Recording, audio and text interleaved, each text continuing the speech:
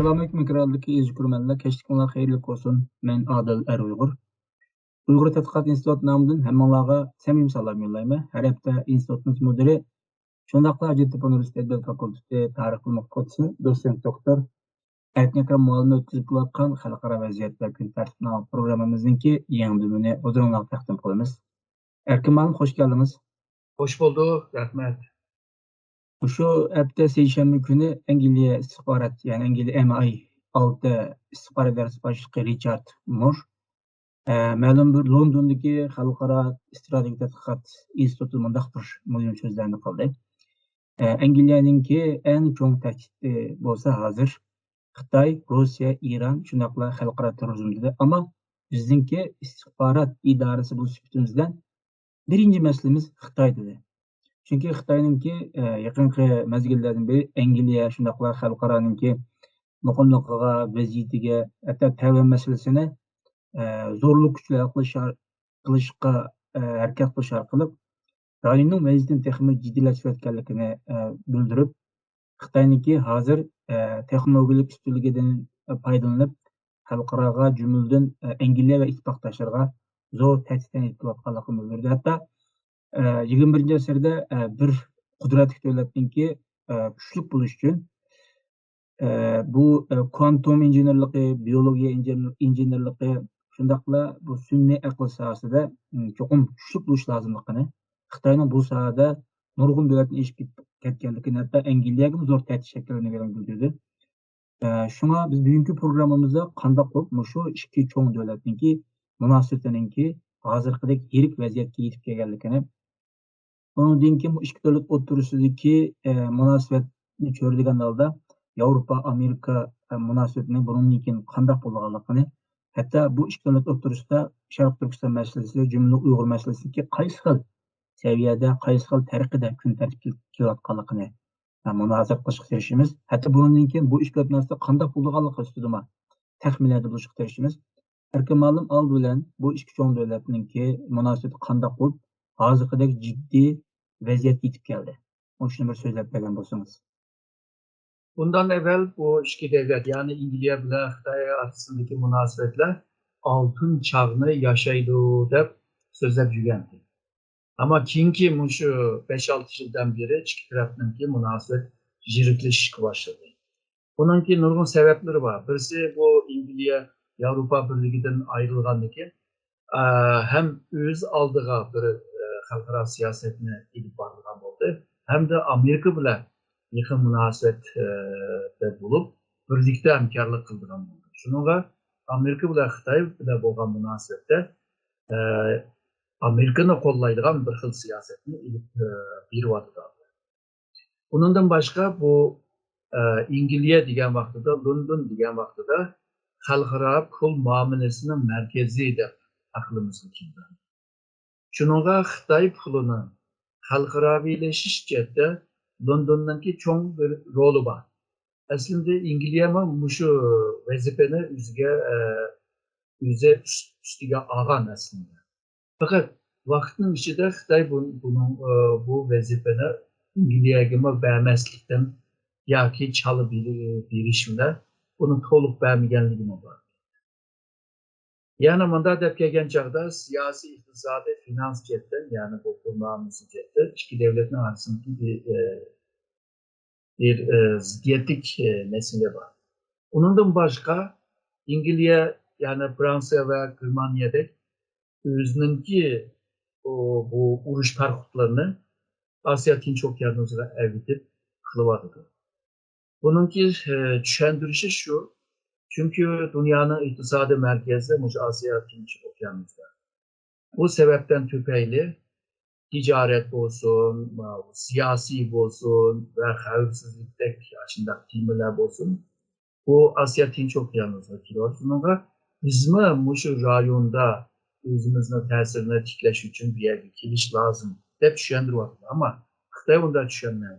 Xitoy o Amerika'ya erişip bu devletler, her devletler Asya Tinç Okyanusu'na gelip Xitoyga takabül kılış, yani Xitoyga bizim işitiş için şundaq qılıvadığı deb düşündündi. Bu düşünüş meyli to'g'ri ya da xato, Ama bu düşünüşle birlikte İngilizce karta ilingan bazı tedbirler var. Onundan başka misalga şu Uygur meselesi, Tibet meselesi, Hong Kong meselesi var. O bulunma şu Hong Kong meselesi İngilizce Hong Kong'daki ahvalını qo'llayamadı. 1984'te İngilizce bilan Xitoy arasında bir Hong Kong hakkında bir kilişim vardı. O kilişimni Birleşken Devletler Teşkilatı'nda bir imzalaştırıp onu resmileştirdi. Yani bunda degan vaqtida xalqaro bir qonundek ahvolga keldi. Fakat Xitoy Hong Kongni hozirgi bir necha yil avvalgi Hong Kongning vaziyatini o'zgartiraman deb bu yerga chiqib ismlarni ishlatdi. Undan keyin Hong Kong qarta ba'zi qonunlarni chiqardi. Bugun qonun chiqib, ertaga ijro qilib, Hong Kongni bir qonuniy bir hokimiyat bo'lganligidan, demokrasiya, inson haqlariga ahamiyat bergan bunday bir hokimiyatdan birdinla shu Xitoyga o'xshaydigan bir hokimiyatga almashtirdi. İngilizce deydi, biz kelishgandik 50 yıl boyunca Hong Kong'daki tüzümü o'zgarmaydi. Xitoy dedi, bu yalnızca tarihi bir qog'oz. Yani xalqaro qonunni tanımayman degan gap. İngilizce bilan qilgan kelishimni tanımayman degan gap.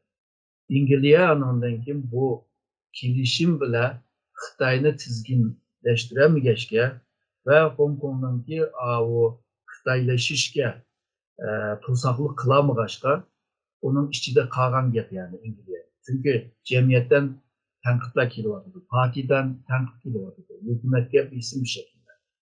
O bisimlardan tufayli Xitoy bilan bo'lgan munosabatlarni jirkilishi.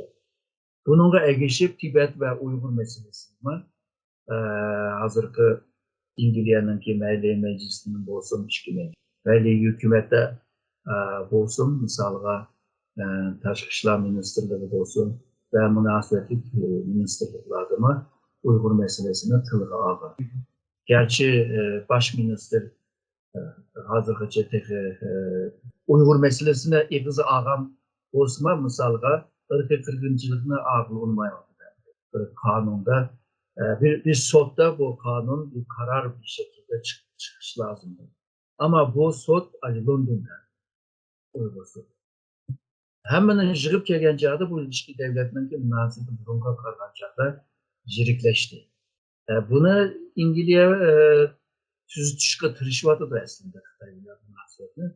Ama Xitoyninki İngilizcega bo'lgan ko'z qarashi biroz manfiy bo'lg'achqa ba'zi imkonlarni bermayapti İngilizceninki.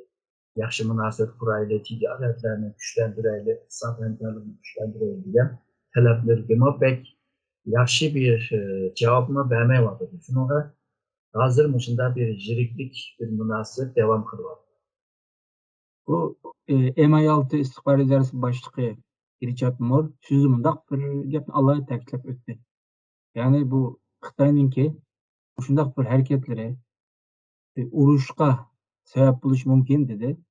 Bu yaqinqi kunlarda cho'ng davlatlar urushdan qilgan bo'ldi. Masalan, bu yaqinda Ukraina cho'ng davlat bo'lmasa, lekin Rossiya 3. Dünya urushini qo'zg'ash mumkin degan alayida bir bayonot bergan bo'ldi.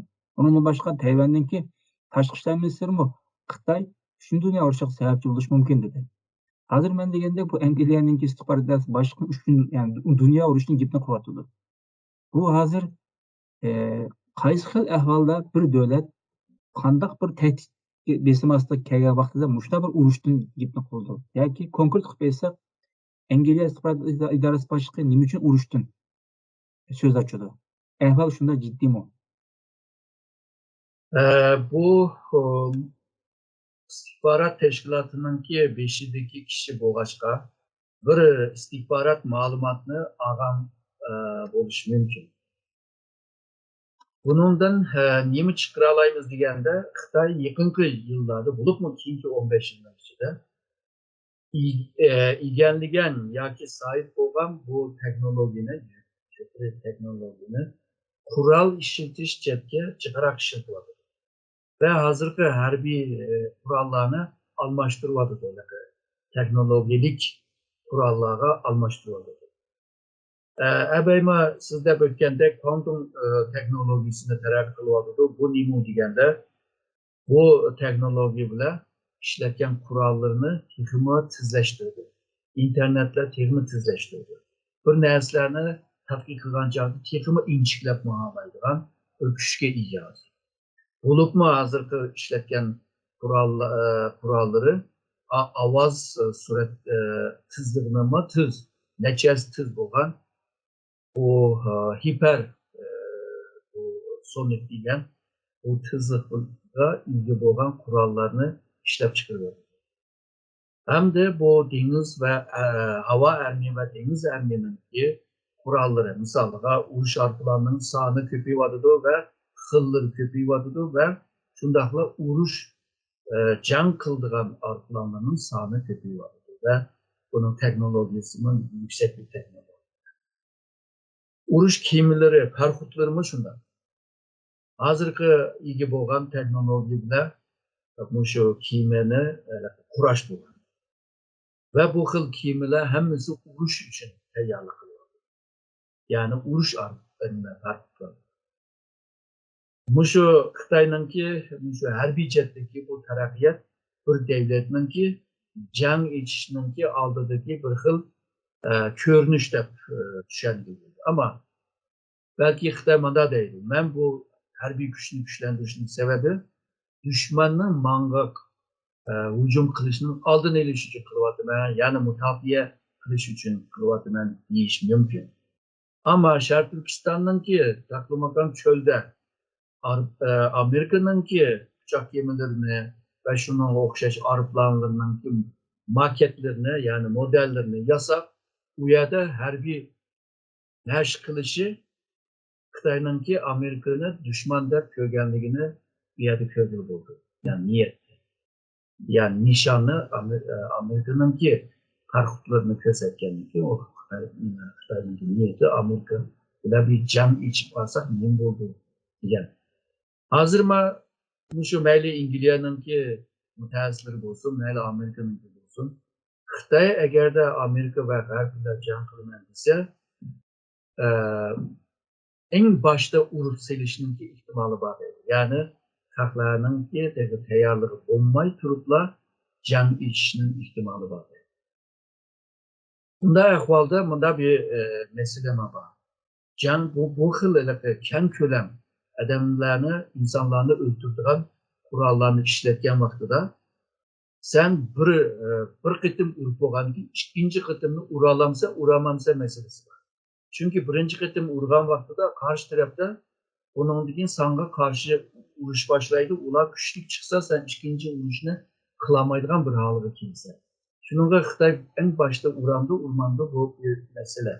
Ama Sunzi urush san'ati degan kitobga Sunzi Binba qaraydigan bo'lsa, bu yerda bor, ya'ni g'ayrati yo'llar bilan, ya'ni normalning sirtida bo'lgan g'ayrati yo'llar bilan jangni qozonish o eng a'lo qozonishdir. Agar normal yo'l bilan jangni qozongan bo'lsa, o qozonish normaldir. Yani g'ayrati yo'l degan gap, nayta cho'nqur gap. Yani orada kişi deydi onu. Yani bu g'ayrati yo'l şu senin bilemeyen ve kaidenin sırtında ilip bargan yol. Bunda bir hem harbiy kurallarını işlep çıkışı hem de bunda bir ideyanın buluşu İngilizce'ninki bu istihbarat teşkilatının kişi bunda değişi yani bunda böyle iniklaş bence onunki bir hakikat tarafı mübadek olaydı. Tabii Xitoy bunun bilan boshqa davlatdan to'qnashishga kirish mumkin. Yani ben bunun kuchim mana shunchalik, sen bana chekinma, ben Tayvanni ursam bana chekinma, ben Sharq Turkistonda bu zulmni o'tmasam chekinma. Uni ko'z tutish uchun qilayotganmi bo'lishi mumkin. Hozir Xitoy agarda qurollarni taraqqiy qilgan bo'lsa, undaqda Angliya, Amerikadagilarni qurolni taraqqiy qildirishga to'g'ri keladi. Shunga MI6'ninki bu başlığı şu gapning deyish bilan belki Angliya hukumatiga bir uçur yo'llayotir deb o'ylayman.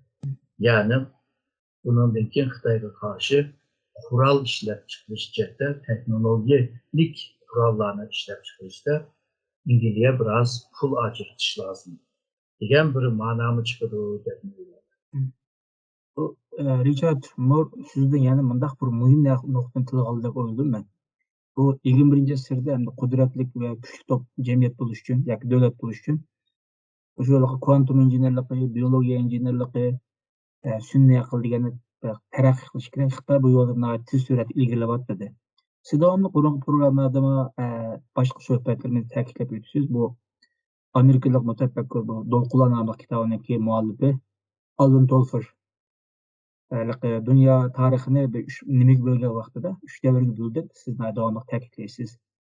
Birincisi yeziga tarixchilik inqilobi. Yani tarixchilik inqilobi orqali insonlar bu ovchilik jamiyatidan tarixchilik davriga o'tdi. Bu birinchi to'lqin. Bu birinchi to'lqin bilan insonlarning hayoti zo'r darajada o'zgardi. Ya'ni inqilob xarakterli bir darajada o'zgardi. Ikkinchisi sanoat inqilobi. Yani mashina orqali insonlarningki modernizm yaratildi. Sanoat inqilobi orqali butun zamonaviy xarakterli ishlab chiqarish tuzum yo'l qo'yildi. Pul muomala sistemasi yo'l qo'yildi. Ulus davlat texnik mustahkamlandi degan ko'z qarashni o'tirib qo'ydi. Nurg'un muvofiq taraflari bor. Sanoat inqilobi albatta Angliyada partilgan. Shu Angliyani taraqqiy qilib atrofdagi Yevropa davlatlariga undan keyin boshqa davlatlar tarqaldi. Ya'ni Angliya amaliyotda dunyo tarixininki o'zgarishda zo'r to'p o'qishgan bir davlat. Uchinchi to'lqin siz nima ta'kidlaysiz? Uchur ma'lumot. Yani ushbu ma'lumotga ega bo'lgan davlat yoki eng qudratli davlat bo'ldi va dunyoning yo'nalishini o'zgartirishi muhim rol o'ynaydi deb buni davomli ta'kidlaysiz. Alvin Toffler mushundaq qisqacha xulosalab chiqdi ekan. Hatto bu hozirgi dunyoni uzay, ya'ni olam bo'shliqi davri, sanoatdan keyingi davr, undan keyin yer sharlashgan dunyo yoki jamiyat deb atog'ulan bor. Bushundaq ahvolda Angliya cho'qim bir sahada inqilob harakati o'zgarish yuz bersa, bular bir texnologiya sohasida dunyoga kuchli davlat bo'lganlik nayt yaxshi biladigan bir davlat. Chunki o'zi buni tarixda yashab qolgan bir davlat. Ya'ni shundaq bir vaqtda Xitoyning texnologiyaga, bo'lib sun'iy aql va boshqa sohadagi taraqqiyotiga qarab Angliya balki haqiqatan bir jiddiy xatar yoki ahvolni his qilgan bo'lishi mumkin. Çünkü ya texnologiya haqiqatan intayin kuchli taraqqiy qilyotdi. Shu nuqtadan bir yig'inchoqlab muallimsiz. Xitoyninki 21-asrdagi shu uchur ma'lumotni asos qilgan aldagi taraqqiyotni ko'rgab turib, qanchalik hozirgi modern ulus davlat tuzumiga yoki xalqaro tartibga elib kelgan tahdidlarni bir ozroq so'zlab bergan bo'lsangiz. O istihbarat degan vaqtida kallamizdagi şpiyonlar ve ya ki şahıs, kişi, adam bir malumatlarını yığıdığan, akbaratı yığıdığan görünüş var. Ama bu şu dijital teknoloji terakki kılgandan biri aslında bu şu akbaratınki %85'i uçuk malumatlarda tapkın bulgan halbuki. Qalğan bir %5, %7 bo'lgan maxfiy ma'lumotlar mushu abaqa degan texnologiya vositasi bilan o'g'irlash yoki virus yo'llari bilan xil yo'llar bilan unima topqili bo'ldi. Ya'ni nihoyatda jiddiy maxfiy degan narsa shu %5 qoldi. Bu nima deganda Xitoy hamda bundaq bir texnologiyaga ega bo'lgandan keyin Angliyaga shpion eltishning hojat qolmaydi. Hojat qolmaydi deganim hamda nisbatan deganim. %90 ma'lumotni Xitoy bo'lgan yerda ola oladigan holat. Angliya haqida ma'lumotga ega bo'lgan Xitoy Angliya ustida bir bisim siyosat bo'lsin yoki yaxshi munosabat bo'lish uchun yoki dushman munosabat bo'lish uchun ma'lumot nihoyatda muhim. Ma'lumotga sahip bo'lgan vaqtida bu inisiyatifni qo'lga tushira oladi. Ya'ni men boshqurtmanman degan gap bu ikki davlatning munosabati. Shuningga agarda Angliyami hozirgi texnologiya, yuksak texnologiyaga bo'lamasa, Xitoyningki axborot yoki istihborot hujumiga uchrab qoladi va qiyin ahvolga tushib qoladi. Chunki axborot shu istihborot kurash degan gap teknoloji güreşiyle zıç münasebeti. Senin teknoloji üstün olsa, anı yeni düşürse. Kuda bir kiyime, iki parxod uruş kiyimizi bir-birisiga zembrek atkan vaqtida, mening zembrek 150 metre atalaydı, senin zembrek 100 metre atalaydı.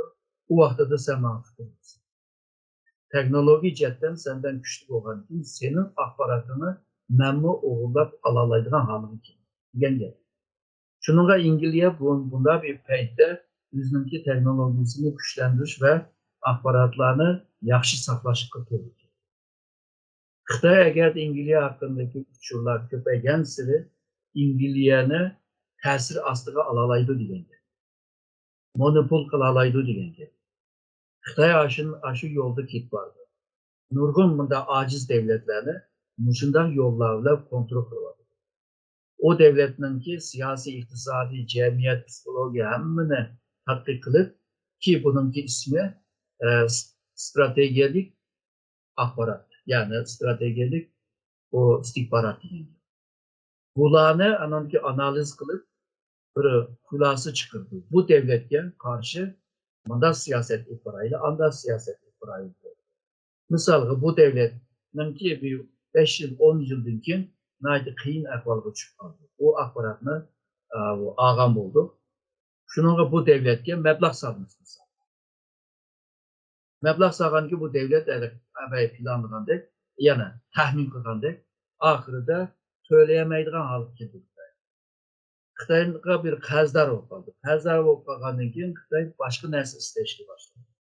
Onu bəmisən, həm də bu qazni ödəməyəndən keyin Xitayma sana qarşı bəzi tədbirlərini alıb da çağırdı.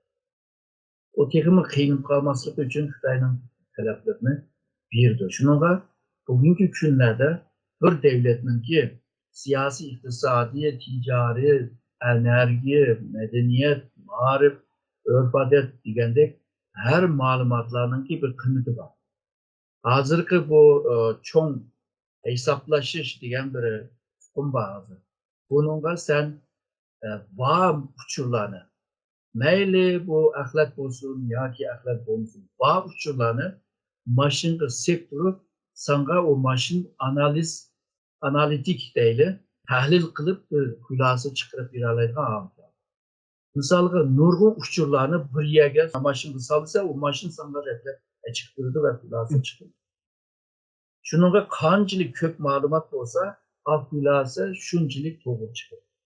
Şununla akbaratta şu izlenişte burunkadek işpiyonu evitip bir iki akbarat için yügemeydi. Hazır ken kölemde yügerek, evvelmen diyendek siyasetten, şu dini etikattan, şu örfat etkici, hemisi malumat hazır.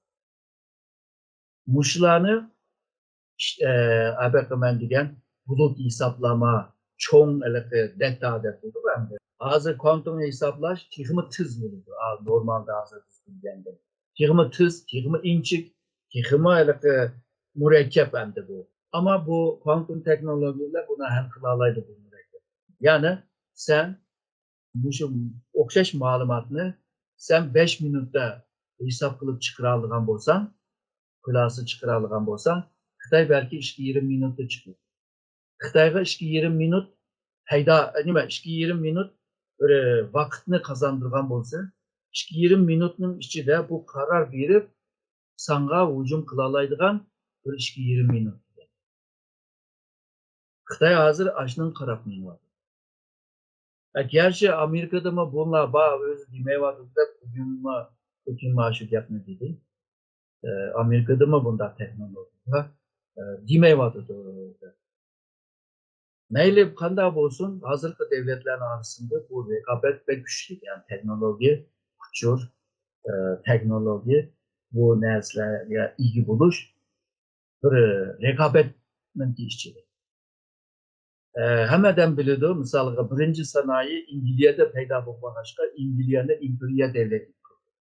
İkinci ve üçüncü sanayime Amerika'da peyda bulma başka, bana 100 yıldan beri Amerika canını soramadı. Bazen soramadı ama kötü zamanda canlı faydalarını belgileşte ve liderlik cette özünün güçünü gösteriyor.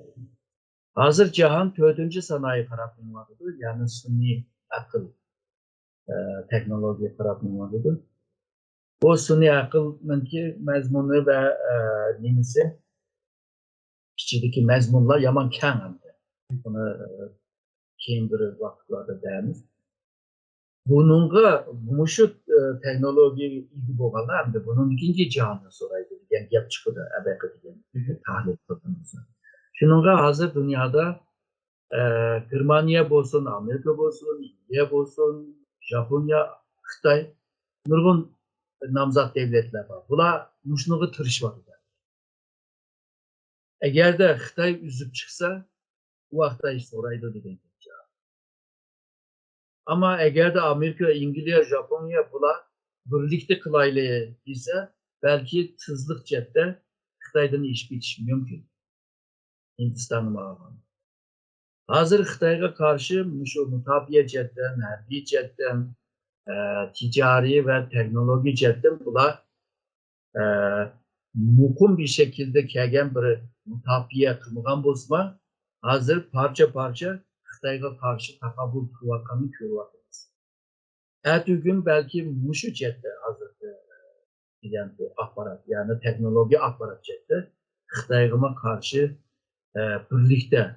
birliksel ne berbat kılış mümkün.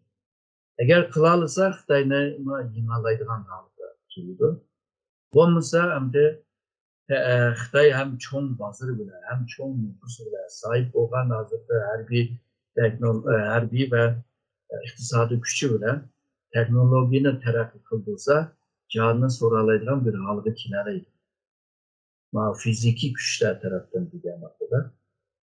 Ama bu Garp devletler taraf tutmaydı bunun olaylarının. Taraf tutmuğaşka İngiltere'nin bu MI6'nın ki başladı Richard Moore'nun bu gapning teşip çıkışının sebebi mi? Garplıkla bununla Xitay'nın ki bu kılmışlıkla karşı cim tumaydıganlığını gösteriyor. Ve şundakla biz birlikte bolmasak Xitay canını sorak gidiyordu diyen bir agalandırışını kılmadı. Bir ortada. Malum programın 5'inde sizlerle Engelele Xitay turusida Şarq Türkistan meselesi, Cumhurda Uğur meselesinki yakınki günlerden beri gün tertip kılatkalıqını bildirdiniz. Dal muşu noktadan bizimki meselemiz bu iki devlet oturusida qaysi xil seviyede meňatydy? Yoki bundan keyin qaysi xil seviyeye çıkış mümkün yoki başkaça bir yönlüş bilen bolmamdy? İngilizce'den karaydıgan bolsak, İngilizler naiti akıllı adamlar. Her kademlerini hesap kılgandek, her planını naiti inçiklep hesaplaydı. Şununla Xitay bile can kıldıgan bir noktaya apamaydı yani münasebet. Ama Xitay'dan korkup çekinip bir bulun çıkartmak etmeydi. Şununla naiti tempunlukla şekilde iki devletin münasebetinin ilip bağlı da oluyor. Çünkü İngiltere kan dalı olmasa Amerika Xitay bile boğan bir iktisadi ve ticaret münasebeti var. O münasebette bir paydası mı var? O paydını taşlap koyuşunun ki zürürü yok da öyleydi. Ki Xitay bazarından kurtuluş ondan asan. Kelgüsünde Xitay bazarı haçılınıp gitti, çubulup gitti, tökülüp gitti. Bu vaxtda da belki başka pazarını izleşmeydi. Endonezya, Hindistan gibi. Ama hazır ceptek onundan kurtulduğu yok. Yani bir cepten İngiltere'me şu her devletlerinin ki kıymet kararlarını kollap geliyorken bir dedi. Olup mu şu insan hakları, demokrasi diyendi. İfade erkinliği, matbaa erkinliği diyendi. Onunki moyut qoğdaş diyendi. Tən beraber diyendi. Oluştular insanlar tən beraber diyendi. O göz kararla ve kıymet kararlarıyla bu İngiltere için mühim. İngilizcenin kanunları bolsun, tüzümleri bolsun, yaşam kaydıları bolsun, hemisi hazırda ben degan kıymet karaşları bilan münasebet. Ama bu kıymet karaşlarını Xitay hürmet kılmaydı. Ve şu Xitay reisi Xi Jinping var dedi. Şu cihette kıymet karaş cihette bizge malum bulunan dep avar bolganlar. Yani izanlarda jığılıyor. Bizdenki özümüzden kıymet karaşı var. Yani G'arbga karşı bir pozisyada bo'lg'achqa Angliya bilan Xitoyning arasında mushu qimmat qarashlar jiddimi bir urushchida davom qiladi deb o'ylayman. Misolga Angliya mushu 20 necha yil avval mushu qimmat qarash masalasida Xitoy bilan dialog qilib kelgan. Ama bu diyaloglar yipiqlikdi. Mushu inson haqlari masalasida. İngilizce'ninki oyu şu, biz şu G'arbning qimmat qarashlarini Xitoyga tunishtirib, ularni qabul qilsak, Xitoymi shu xalqaro tuzumlarga, sistemlarga moslashib, undan keyin bir davlatga aylansa, ya'ni diktator, kommunist davlatdan demokrasiya bir davlatga aylansa deydigan bir o'yma bor. Ama 20 necha yildan beri bular dialog qildi, hamda yipiqlik qildi. Ama hiçbir netice çıkmadı. Hazır İngilizce bilen Xitoyninki bu insan hakları diyalogu to'xtab kaldı. Devam qilmaydigan bo'ldi. Çünkü Xitoy uni qabul qilmaydigan bo'ldi. Shunga bu İngilizcemi bu chetdan degan vaqtda Xitoy bilan bo'lgan munosabatimda shunday bir yiriklik yaratishning sababi bo'ldi. Yaqinda Amerika bilan bo'lgan munosabatim shunday.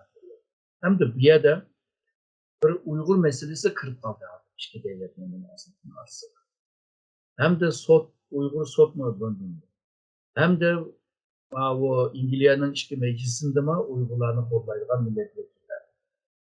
Hem de bu London'daki Şarkılık İslam teşkilatlarını biraz faaliyetlerini güçlendirdi. Hem de bu London'daki ya ki İngilizce'deki Müslümanlar cemiyeti, Yahudi cemiyeti, kısmen bozma Hristiyan cemiyeti Uygurlarının şu tapkan zulümle karşı İslamcılığının bir var. Şununla bu uzun müddette İngilizce'den Uygurlara İslamcılık bildirdiren, kollaydıran, destek bildiren onda bir ahval uzun müddetli devam kıldıranda görünüyor. Ben diyende cemiyetin ki katlamından kelgen kollaş hükümetin kollaşından uzun ömürlük. Çünkü hükümet özgürlük mümkün. Özgergenden kim var? Belki bu Hazreti İlip Ağa'nın siyasetine özgürdür. Ya ki okşaş hükümet ama siyasetini almış bu başka Uygurlarının kollaşını toplamış. Ama Hazreti Mendigen cemiyet kaplamındaki hıl dindeki, medeniyetteki insanlar eğer de kollap kalsa onlar uzun müddet. Şununla bu Uygur meselesi ne Xitay hamda şu İngiliz hükümeti bunu kollap kılvadıdı da bir göz karşı var. Çünkü Xitay özü bir diktatör bir devlet olmaşka, müstakil bir devlet olmaşka başlıkla nime dese şu buluduğu da düşündü. Şununla İngilizce'nin ki baş ministerga Boris Johnson'a bismiştir. Sen bu şu Uygur meselesini bir taraf kısan, onun için iktisat münasebetler, ticari münasebetler yaxşı olduğu diyen signalını ve küçülmeklik oldu. Bunda bir heyette Uygur meselesini iki devletin münasebeti diye tosaklı unsur teşkil ediyor. Yani Uygurlar için o tosaklı unsur emezen de Uygurlar için bir faydalı bir var. Ama iki devlet için belki içinde bir unsur aylandı. Bu niye diyen ki olduğu diyende bunundaki İngilizce ile Xitay münasebetinde, diplomasi münasebetinde Uygur meselesi devamlı bu münasebetin içinde bulunduğu diyor. Yani Uygur meselesinin halkaravileşişi ve halkaravileşip mukumlaşışı cette bununki çoğun bu bir çoğun sebepler deydi. Şununla bu Uygur meselesi yalnızla Amerika'da, bazı garip devletlerde ve bazı Türkiye'deki orta güçlükte olan devletlerde ançımıncamız İngiltere'de, ertesi Fransa'da bulma bir mesele bulup Xitay bile olan münasebetinde bir mesele bulup yani gün tertibine alıdı deb oylayman. Ta ki Xitay G'arbga karşı siyasetini o'zgartganda belki tuzluq qilish mumkin. G'arbninki qimmat qarashlarini qabul qilganda %100 qabul qilmasini, ondan keyin G'arb Amerika bilan G'arbliklarning birlikda shu dunyoga qo'ygan qoidalar bor. Xalqaro sistem tuzum. Shuningga hurmat qilgan chog'da balki Xitoy bilan bo'lgan munosabatlar o'zgarishi mumkin. Yoki Xitoyning ichida bir o'zgarish. Kommunist partiya Sosyal Demokrat Partiga aylandı deydi. Ki bunun ihtimalı töven. Yoki Komünist Parti yemirildi. Yine o'zgardi. Belki eğer hazırda Komünist Partisi devamlı kılgan olsa, Xi Jinping devamlı kılgan olsa, G'arb devletlerle olan münasebetinin iktisat ve ticaretine hesap kılınan çağda bütün münasebetlerde bir jiriklikler yaşanğandek Xitay İngiliz münasebetini şu şekilde jiriklik şeklinde devam kılıyordu da böyle. İyice göremezler. Biz programımızı bu şekilde okuyoruz. Biz bugünkü programımızda gün sayın ciddileşip atkan İngiliz Xitay münasebeti şundakla bu işbirlik oturuşta ki Uygur meselesi yoki Uygurlarning o'rni hozir qaysi vaziyatda degan temani ko'rdigan holda analiz etib bordik. Erkim Sizga ko'p rahmat. Men rahmat etaman.